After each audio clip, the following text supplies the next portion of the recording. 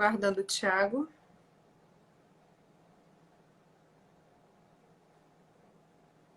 Oi, pessoal que está entrando aí, boa noite. Acabamos de chamar o Thiago aqui para poder participar com a gente. Estou só aguardando aqui ele aceitar para a gente poder iniciar o nosso bate-papo de hoje. Vocês acompanharam os dessa semana? Boa noite. Vocês acompanharam de segunda, de terça. Segunda foi com a Luzene, ela que é jornalista, também é do agronegócio, há muito mais tempo, inclusive. Boa noite, pessoal que está entrando aí. E ontem foi com o secretário, com o César Halum.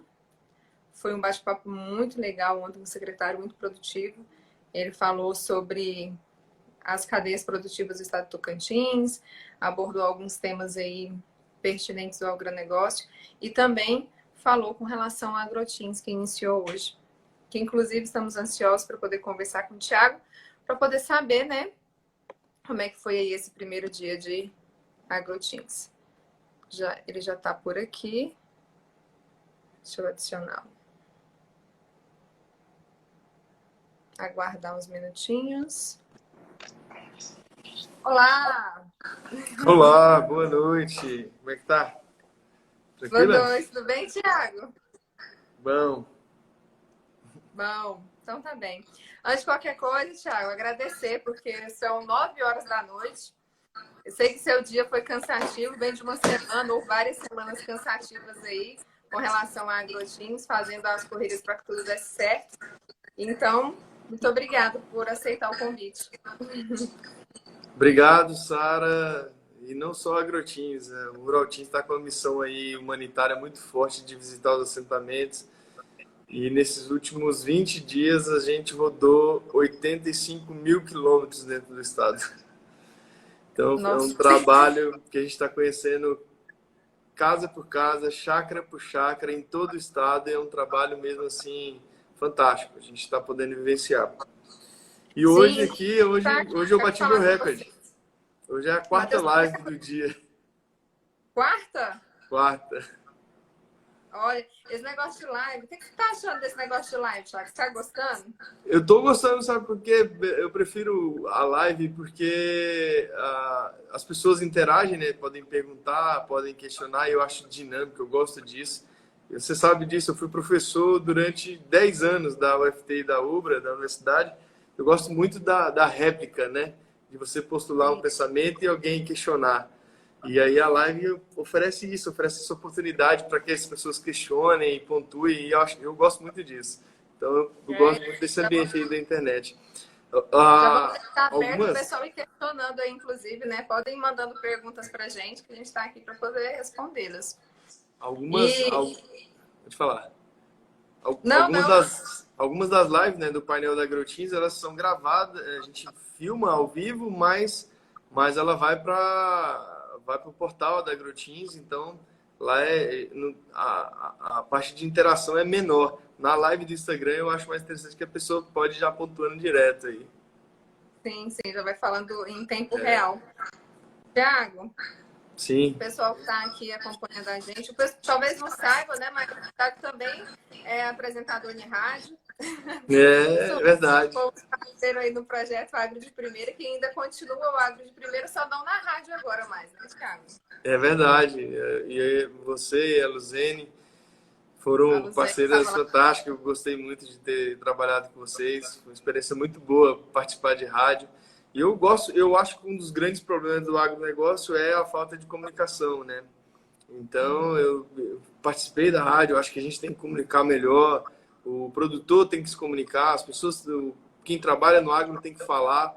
E a gente vive num estado que é do agronegócio. Tocantins vive do agro e as pessoas aqui ainda não se vestiram do agronegócio. Como eu falo, ainda não estão de botina, ainda não se sentem à vontade. E tem que se sentir, porque a gente vive desse dinheiro, vive dessa renda, se sustenta com isso. E a gente tem que dar muito valor e comunicar mais forte esse sentido, né?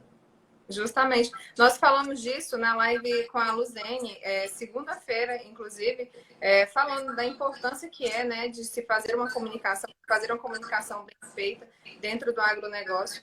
Então, assim, a gente está aí para poder fazer com que esse trabalho seja mesmo divulgado, porque uma coisa é o que acontece da porteira para dentro. Então, muitas ações que são desenvolvidas. Agora tem que fazer com que isso que acontece da porteira para dentro, as pessoas fiquem sabendo também da porteira para fora, cara. Verdade. Se comunicar é a chave do sucesso, e o agronegócio tem que buscar isso cada vez mais. Sim. Principalmente os pequenos produtores, que muitas vezes negligenciam, porque acabam tendo seu foco de vida muito só na produção e deixam de se comunicar da maneira efetiva, né? Sim. Preparei aqui um materialzinho para a gente poder conversar. Inclusive, quero muito saber do projeto que vocês estão desenvolvendo aí. Quero saber mais a respeito dele e da vivência que está sendo também encontrar com essas pessoas. Mas antes de qualquer coisa, eu queria que você explicasse para as pessoas que estão assistindo essa live, depois essa live também vai ficar salva tanto no Instagram como também no canal do YouTube, o que é o Rural Teams, o que faz o Rural Teams, qual que é o trabalho e a missão de vocês aqui no estado. O Rural Teams é Emater do Tocantins. Emater é um termo mais conhecido. Isso até durante muito tempo as pessoas não conseguiam entender o que era o Rural Teams, mas é o órgão oficial do governo que é responsável pela assistência técnica e extensão rural. Então ele faz o trabalho de fomento, né, de incentivo à produção agrícola de pequenos produtores, médios produtores, para que eles possam encontrar atividades, cadeias produtivas regionais que apresentem demandas, se organizem de maneira cooperada para poderem produzir em conjunto, entregarem para o mercado, auxilia na elaboração de projetos de financiamento para captação de recursos. A gente tem uma equipe disso, auxilia no processo de licenciamento ambiental para os pequenos que têm dificuldade de ter acesso a isso. Então, toda atividade de fomento ao pequeno produtor, a gente está envolvido. E é uma gama que não tem limitação, tem uma plataforma muito grande. E o Rural Teams é um órgão com uma capacidade enorme, porque nós somos quase 700 servidores espalhados no estado inteiro. A gente tem 98 escritórios, né, em 98 cidades a 139. Nós temos ações nos 139 municípios do estado. A gente atende quase 40 mil famílias dentro de todos os programas que a gente tem, né? Então, bastante gente assistida pelo Rural Teams. A gente tem equipe de zootecnista, médico veterinário, engenheiro agrônomo, engenheiro ambiental, engenheiro de pesca. É uma multiplicidade de formação técnica que existe dentro do Rural Teams para que possa atender os produtores em seus sonhos, né, em seus fomentos. E agora me diz uma coisa, Thiago. A gente sabe que da porteira para dentro as atividades não pararam, apesar de que existe uma dificuldade da porteira para fora, hoje, em virtude da pandemia. E como é que está acontecendo essas visitas técnicas, se elas estão sendo online ou se elas continuam acontecendo, mas com os devidos cuidados, porque a produção não para, né? Sim. O problema não é só a produção não parar, o problema é que as cidades pararam pela circulação. Então, restaurantes pararam de comprar, as pessoas em casa, elas cozinham e elas acabam reaproveitando o alimento que no restaurante seria jogado fora, porque no restaurante você não pode reaproveitar. E em casa, como a pessoa sabe da sanidade da produção do próprio alimento, do almoço, da janta, muitas vezes as pessoas não desperdiçam algum alimento, cuidam da maneira adequada, e acabam que o consumo de diversos produtos produzidos pela agricultura familiar reduziram, né? Então, as pessoas estão com dificuldade de ter acesso ao mercado, de conseguir comercializar nesse período de pandemia. Mesmo tendo produção, você gera um gap de acesso ao mercado. E esse é o grande desafio nosso, gerar uma plataforma para que essas pessoas possam ter acesso. Foi criado pela própria sociedade, né, a campanha do Compre do Pequeno, e o Rural Teams abraçou ela no estado inteiro. A gente fez um esforço onde não tinha, com quem já tinha feito, inseriu mais produtores para que as pessoas pudessem ter contatos de produtores e comprar farinha, comprar alface, comprar uma série de produtos ali para tentar aproximar nesse cenário. E a gente o resultado disso tem sido favorável. mas a gente ainda passa por diversos gargalos que a pandemia ela impôs aos pequenos produtores. Justamente, nós conversamos inclusive sobre isso, que um dos setores que está sendo muito prejudicado é o pessoal, né, que trabalha diretamente com as feiras, as pessoas que trabalham com flores também estão sendo muito prejudicadas com relação a essa pandemia e outras séries de atividades também. Verdade. Tiago, e me diz uma coisa, você que está acompanhando aí, falou que fez essas visitas nesses municípios, eu vi que a primeira região foi a região ali do Bico do Papagaio, que foi, né, que a entrega das cestas básicas é um projeto em parceria com o governo do estado. E queria que você explicasse um pouquinho mais desse projeto. Eu vi que também foi realizado já no sul do estado e comunicar aqui qual que será a próxima, como é que está sendo, como é que está sendo essa visita, encontrar essas pessoas lá, como que você está encontrando as pessoas lá também e qual que será o próximo município ou a próxima região que vocês vão. O Conselho o Estado tem um fundo de combate à pobreza, em que existe um conselho que aprovou a aquisição desse trabalho que o governador direcionou. Então, assim, nesse momento de pandemia, tem uma multiplicidade de dificuldades que essas famílias passam, né? E, assim, a região do Bico, ela é uma região que tem muitas pessoas vulneráveis e tem também um impacto de 3 cidades muito forte com relação à pandemia, que é a cidade de Marabá, Imperatriz e Araguaína. Então, essas 3 cidades estão com o Covid de maneira muito acentuada, tanto que o Bico teve números crescentes de maneira muito forte. A equipe do Rural Team estava lá quando teve o lockdown decretado pelo governador e as pessoas estão assustadas, né, com relação a isso. E aí, quando a gente chega nessas regiões, é um misto de esperança, porque o carro do governo chega na casa da pessoa, na chácara, muitas vezes muito isolado. Igual eu falei para você, a gente tem rodado em média 400, 350 quilômetros por dia cada carro para visitar chácara em chácara. Eu até fiz uma conta esses dias agora, acho que a gente já deve ter aberto uns 30 mil colchetes para poder entrar em chácara. E o tanto que é bom abrir colchete, né? Uns 30 mil colchetes, de abrir, entrar e abrir e entrar. Geralmente as chácaras de assentamentos elas são estreitas porque tem acesso a uma água e compridas. Aí a pessoa particiona ali pelo pasto, você tem 2, 3 colchetes para abrir para chegar na casa dela, aí sai para entrar no vizinho, 2, 3 colchetes de novo. E a gente tem feito esse trabalho. Você não pode deixar o colchete aberto, não, porque o muito... Não deixa, abrir, fechar. Você fez uma coisa interessante. Talvez na volta disso a gente deve ter aberto uns 60 mil colchetes. Eu estava contando só para isso. Aí você por 2, né? Porque tem que abrir, tem que fechar, abrir e fechar de volta, né, novamente. E é um volume muito alto. Nós que estamos aqui, talvez a gente não tenha conseguido ainda sentir a dimensão do problema que está sendo essa pandemia. Eu queria que você trouxesse um pouquinho disso para cá. Você que está acompanhando, está vivenciando. A gente tem vários problemas nos assentamentos, né? Assim, tem no Bico, principalmente, a gente tem famílias muito vulneráveis, mulheres solteiras, com muitos filhos, idosos que os filhos já não têm mais interesse na propriedade rural. Esse é um problema sério, né? Porque tem um envelhecimento muito grande dentro de assentamentos e você acaba não... essas pessoas estão todas no grupo de risco, né? Então, assim, elas estão, principalmente os idosos. Tem o povo da zona rural, né, o pequeno produtor, ele é um cara que trabalha muito de sol a sol. Então, quando chega com 50 anos, geralmente ele já está apresentando algumas doenças.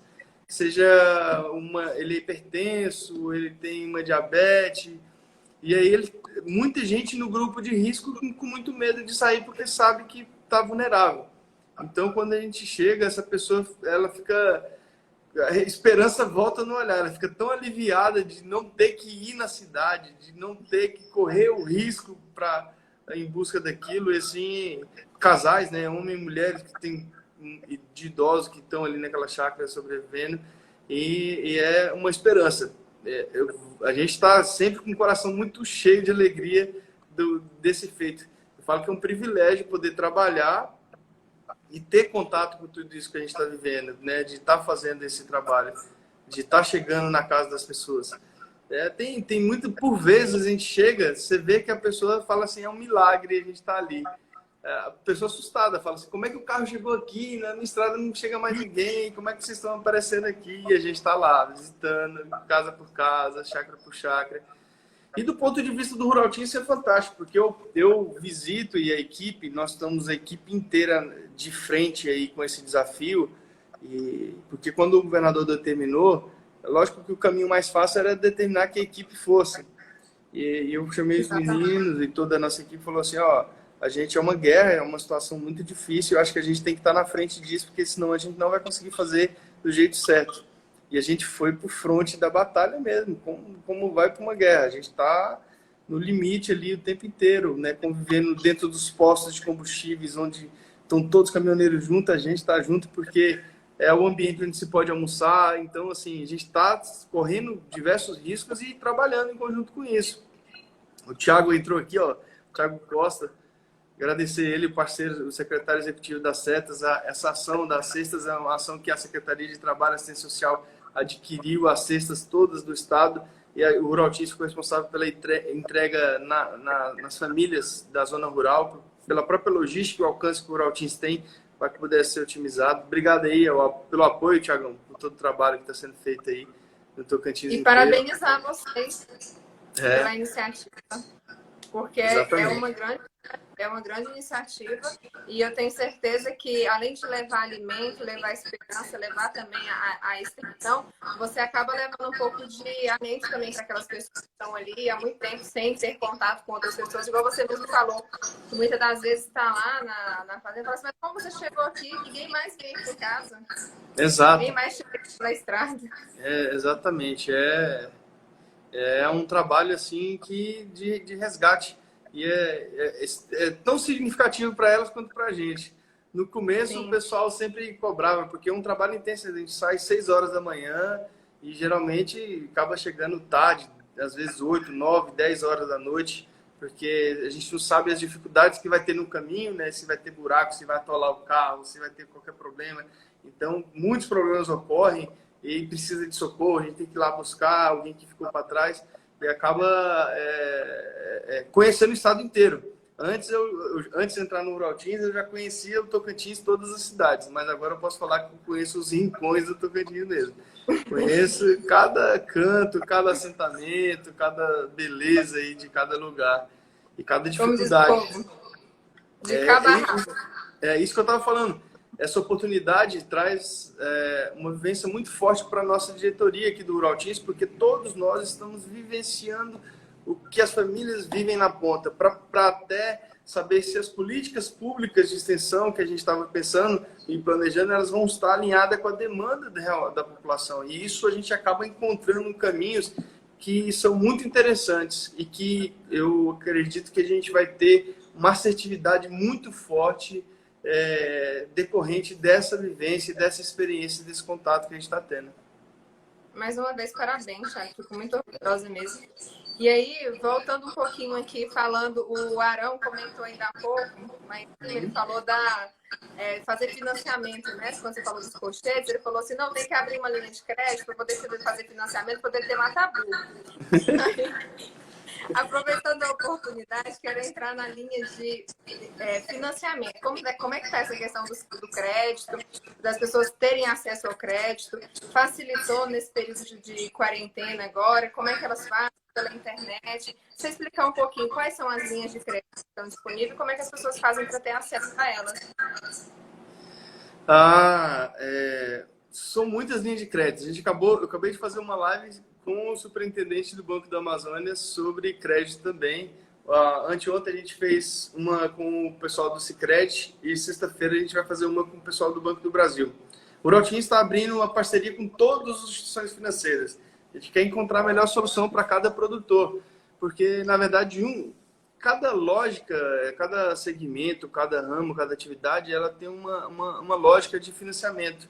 Tem pessoas que estão dispostas a pagar um juro maior, mas quer uma velocidade no crédito, quer uma simplicidade nas operações de custeio.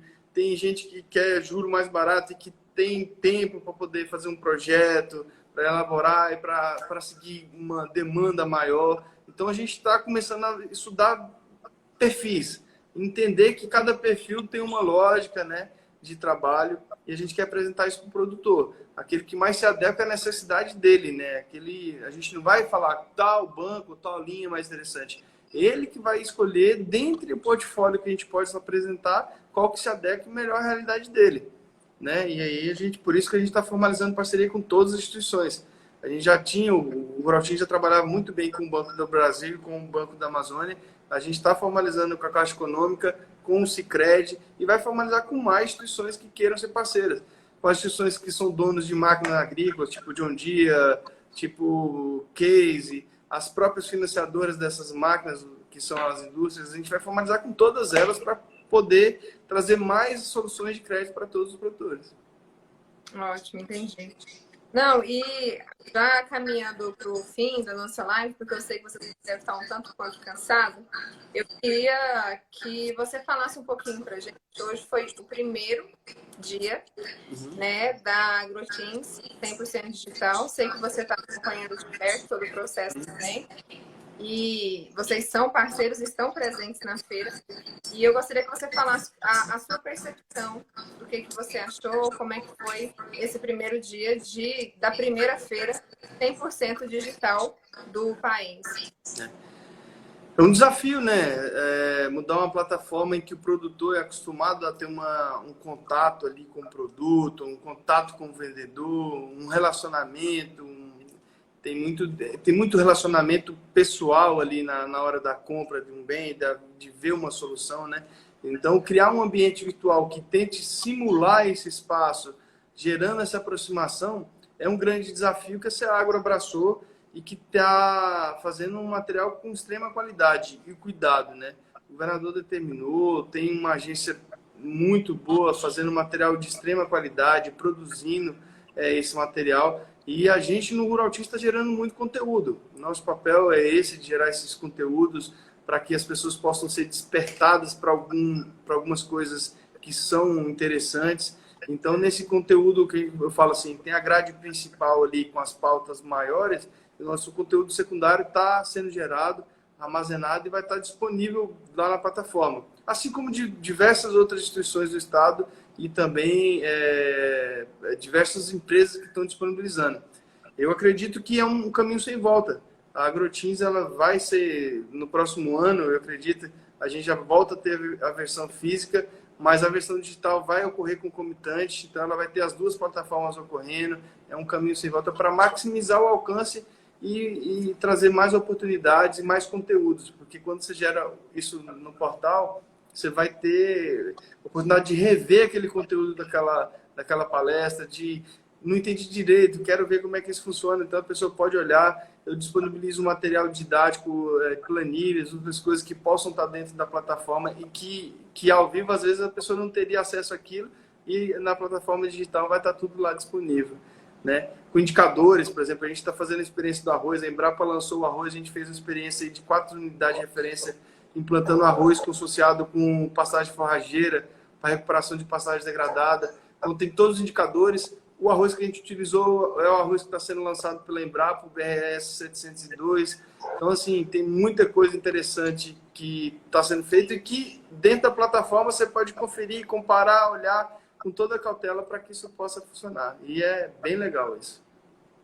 Não, bom demais. Bom demais ter esse retorno de você também, que passou o dia e acompanha todas as ações. E antes, eu queria só fazer uma pergunta para você, que foi o pessoal ontem e anteontem, eu liguei para muito produtor, que ontem conversei com o secretário. Então, assim, eu queria ouvir quem estava na ponta, assim como estou conversando hoje com você também. E para mim, eu gostaria, quis, né, na verdade, ouvir pessoas que estavam na ponta.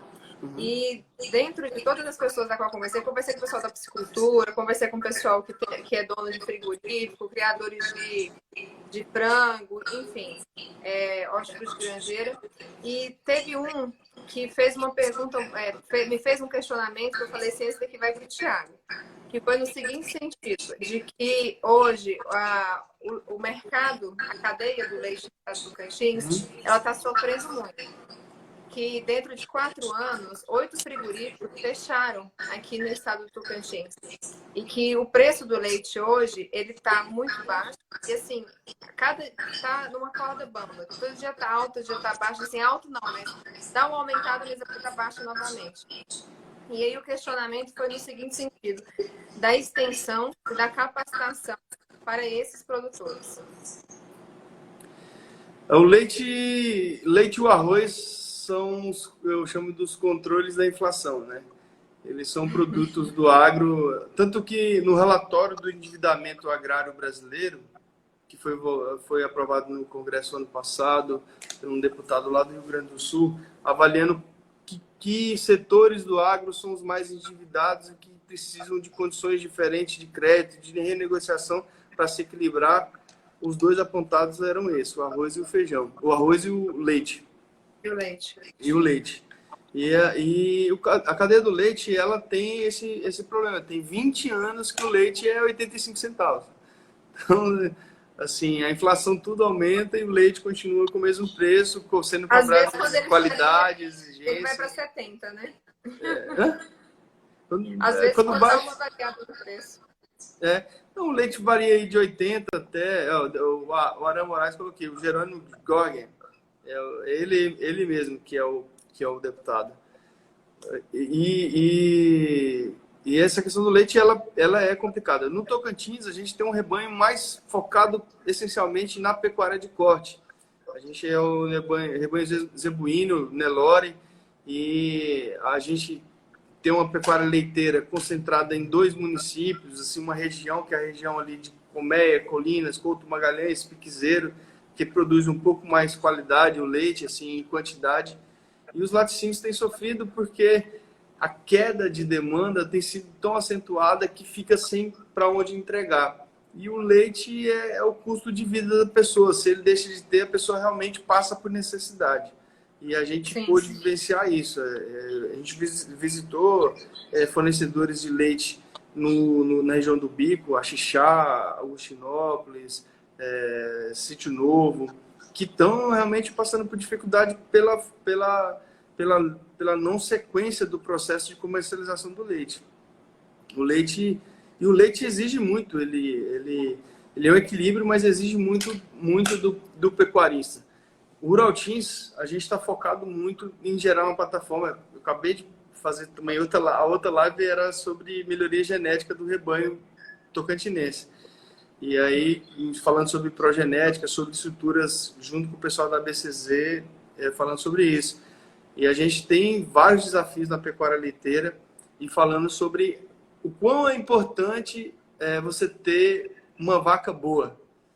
Porque ele fez uma comparação que eu gostei muito. Que agora o Ricardo aqui da BCZ, lá de Uberaba, ele falou assim, a vaca é como se fosse o solo do agricultor. Você tem que analisar ela bem para você selecionar, saber o que está faltando, corrigir ela, melhorar, para depois colocar a melhor semente nela para que ela possa produzir um material de qualidade. E a gente, o pecuarista tocantinense, não tem feito isso com cuidado. A gente precisa fazer isso melhor ainda, né? Essa discussão sobre a seleção da vaca, sobre que a gente possa produzir o leite de qualidade. E o Rural Teams está muito focado nisso, para trazer o programa da BCZ, para que a gente possa trabalhar a melhoria genética da vacada, né? Das vacas do rebanho tocantinense. O Tocantins tem hoje quase um pouco mais que 2 milhões de vacas prontas para recria, então assim, que estão prontas para serem inseminadas e melhorar o rebanho tocantinense, e a gente precisa colocar nelas a melhor semente, com a melhor qualidade, com a melhor nutrição. E aí esse é o foco que a gente vai trazer um pouco dessa tecnologia que já está aí pronta, posta, mas que precisa chegar ao pequeno produtor, ao pequeno e médio pecuarista do estado, para que a gente possa ter uma produção de leite mais consistente, com melhor qualidade, e possa potencializar e vencer os desafios que estão postos aí. Certo, Thiago. E queria que você fizesse aí os seus suas considerações com relação a que você tem acompanhado, com relação também ficar aberto o espaço para você, caso você tenha alguma live amanhã, fica à vontade para você divulgar ela aqui também.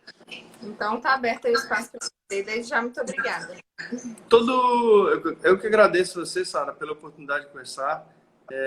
Acho que tem que ter mais coisas, a gente pode depois escolher temas específicos para conversar. Hoje a gente falou sobre extensão de maneira geral, a gente pode escolher várias cadeias produtivas, por exemplo, igual a cadeia do leite aqui, eu comecei a falar e fui encurtando para chegar num ponto, mas é uma cadeia extremamente fascinante e eu acredito muito nela, porque quando a gente olha a balança comercial, a gente tem importado muito leite para o Tocantins, então a gente tem um potencial de produção muito grande dentro do estado da pecuária de leite. Eu falo que quase 60% do nosso leite é importado.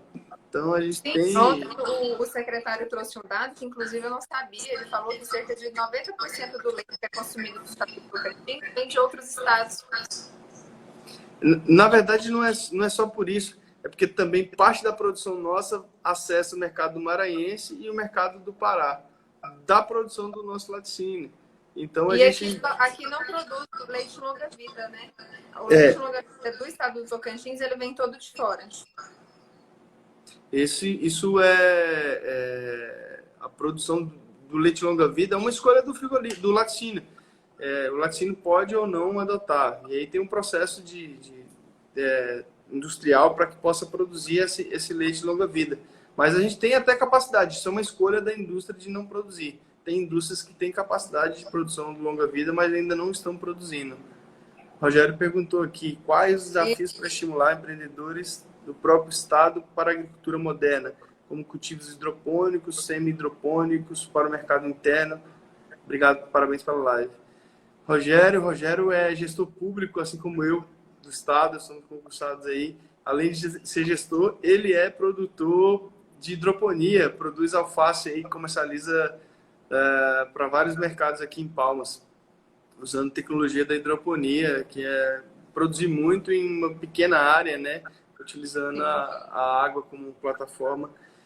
Rogério, o desafio é inspirar as pessoas. Hoje, Sara, é importante falar isso aqui. O Rogério me trouxe uma coisa interessante. O que a gente está fazendo no Rural Teams? Nós estamos no Ceasa, a gente montou aqui no Rural Teams uma estrutura de mapeamento de oportunidade. Eu fui na Cefaz, levantei quais são as principais cadeias produtivas que a gente tem comprado produtos de fora que poderiam ser produzidos aqui. Levantei junto à Associação dos Atacadistas, que são os empresários de supermercados, o que eles compram de fora que poderia ser produzido aqui. Peguei no Ceasa quais são as 15 cadeias principais que a gente compra lá, volume e a quantidade e preço que são negociados. E com base nessas demandas... Eu já estou muito ansiosa para poder saber quais são. Com base nessas demandas, a gente vai fomentar as cadeias, inclusive implantando unidades de referência técnica dentro do nosso espaço do Rural Teams, no Centro Agrotecnológico. Então, as pessoas vão poder ver como montar essas cadeias, preparando vídeo, montar, para que a gente possa incentivar essas cadeias que já estão aí. Eu chamo isso de teoria do café com leite. Muitas vezes chega uma pessoa no Rural Teams querendo plantar morango, querendo plantar cagaita, querendo plantar uma série de culturas que são interessantes, mas que ainda não são consolidadas, assim, mercadologicamente falando. E aí, quando você tem um estudo para você apresentar isso e falar assim, olha, eu tenho isso daqui, que eu tenho, se a gente já fez um estudo, tem a necessidade aqui no estado, então só falta uma pessoa para poder produzir. A gente tem que fazer o café com leite, produzir o que a gente consome. Isso já seria um negócio fantástico. Então, a gente está muito focado nisso, em gerar o abastecimento do consumo regional. E aí a gente está mapeando Palmas, Porto, Araguaína, Gurupi, as 5 maiores cidades do estado, o que ela consome, o que a gente pode fazer do agricultor familiar, do pequeno produtor, para poder entregar produto nesses mercados. E aí é uma estruturação inspiradora. Ele perguntou aqui como estimular, como fazer. Então a gente avança até, por exemplo, a definir que tamanho de área e qual que seria a escala necessária para que a pessoa tivesse uma renda mínima digna em cima de uma propriedade. Então, a gente pega aquela cadeia, faz todos os custos de implantação dela. Ele precisa plantar 2 hectares, ele precisa plantar 4 hectares disso. e a gente faz toda a viabilidade em cima desse projeto, modulado, né, o mínimo, e aí o produtor pode vir se interessar por plantar 2 módulos, 3 módulos, por exemplo. A gente comercializa 30 toneladas de cará por mês dentro do Ceasa. Comercializa 80 toneladas de mandioca descascada dentro do Ceasa. Então, quanto que eu preciso para produzir 70 toneladas de mandioca por mês? Qual é a área mínima que o produtor precisa ter para ter viabilidade? E a gente está fazendo essas contas todas para inspirar as pessoas com viabilidade e sustentabilidade. A primeira sustentabilidade que tem uma atividade é a sustentabilidade financeira do projeto a ser implantado. Então, foi um trabalho longo, que a gente está praticamente 1 ano, porque é um diagnóstico denso, né? Mas a gente vai chegar em resultados, acredito que muito formidáveis, no sentido de estimular para aquilo que já tem mercado, para aquilo que já está consolidado, para aquilo que está ali por perto de gente querendo comprar. Consegue antecipar para a gente qual seria um desse aí? De maneira geral, várias coisas. Isso que eu falei para você, cará, inhame, batata doce, mandioca. A gente tem, por mais que a gente produza muita mandioca, a gente tem importado. Porque... Pois é, eu acabei de pensar que eu falei assim, gente, onde você vai tem muita mandioca, né? Mas mesmo assim ainda não atende o mercado. É porque, na verdade, a mandioca, ela é uma cultura muito de subsistência no nosso estado. A gente tem 14 mil e poucos propriedades de mandioca no estado. Dessas 14 mil, 12 mil, elas têm produção menor que 1 hectare. E por propriedade se produz 3 toneladas, que geralmente trabalha ali com o consumo da própria mandioca ou fabricação de farinha e beiju e todas as derivadas da puba que em volta disso. E a gente precisa gerar uma plataforma agora comercial da mandioca. Esses produtores saírem da produção de subsistência para que eles possam produzir.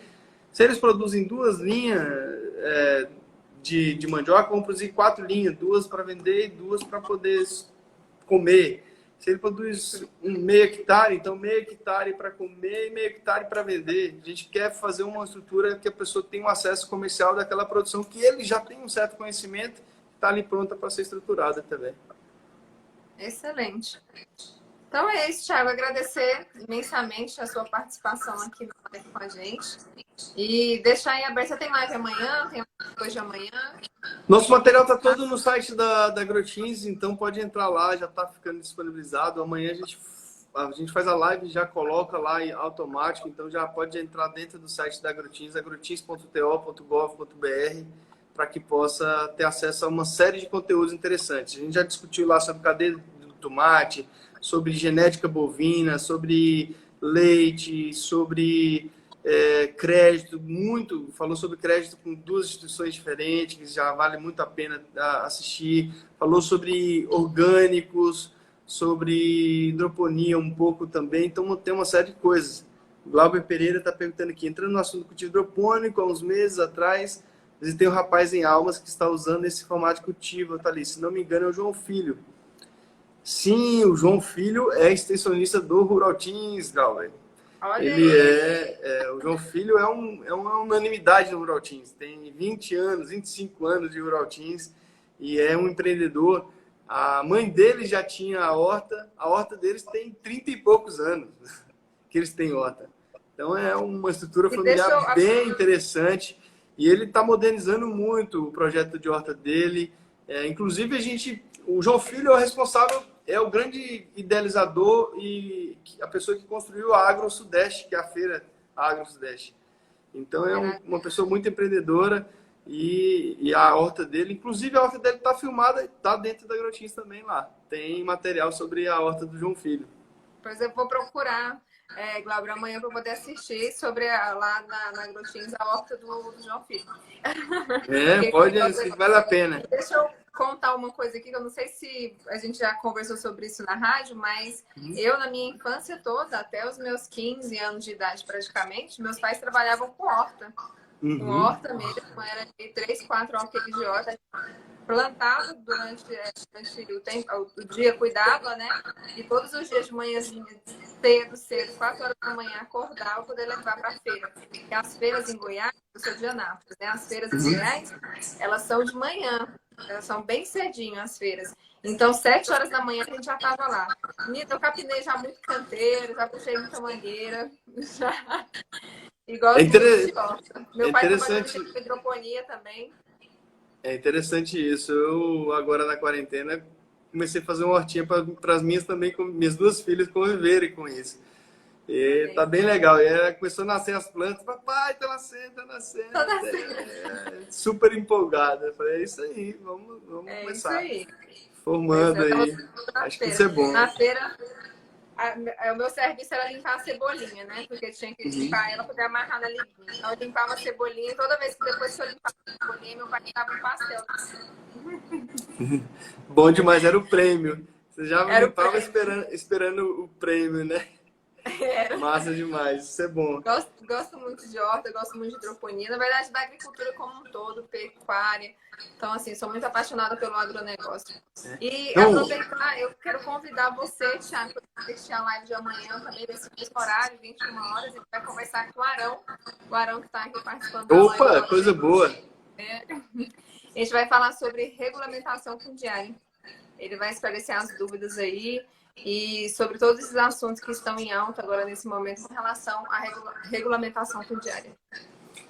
A regularização fundiária ela é fundamental. Quero assistir sim, até porque ela é essencial para uma outra política, que é a política de crédito que a gente falou. Então, a gente precisa Sim. de áreas regularizadas para potencializar crédito. E aproveitando aí a deixa, eu falo, o governador acabou de trabalhar na regularização da colocação dos títulos paroquiais, que deve atingir aí de 50 a 80 mil propriedades rurais no Tocantins. E isso vai gerar uma plataforma para que esses produtores tenham acesso a crédito fantástico. E o Rotins está aí para poder ajudá-los a empreender, tem acesso. Então, amanhã eu compartilhar aí a live do Arão, convidar o pessoal lá do Rural Teams para estar assistindo aí, todo mundo. Bom demais. Muito obrigada, Thiago. Obrigado. Parabéns aí pelo trabalho, Sara. Sucesso. Obrigada. Estamos juntos. Sempre que precisar, estamos à disposição. Quando eu precisar, eu te chamo aqui de volta. Não, e logo, passando essa pandemia aí, ou até antes, vou marcar vocês de visitarem algumas unidades que conteúdo interessante depois para a gente fazer a live. É exemplo a de arroz consociado com forrageira. Com certeza. Pode contar com a gente. Aí, Rogério já dando ideia aí, o pessoal está todo participando. Obrigado, Rogério. Vamos sim. Agora você conversar. Um abraço. Tchau, tchau.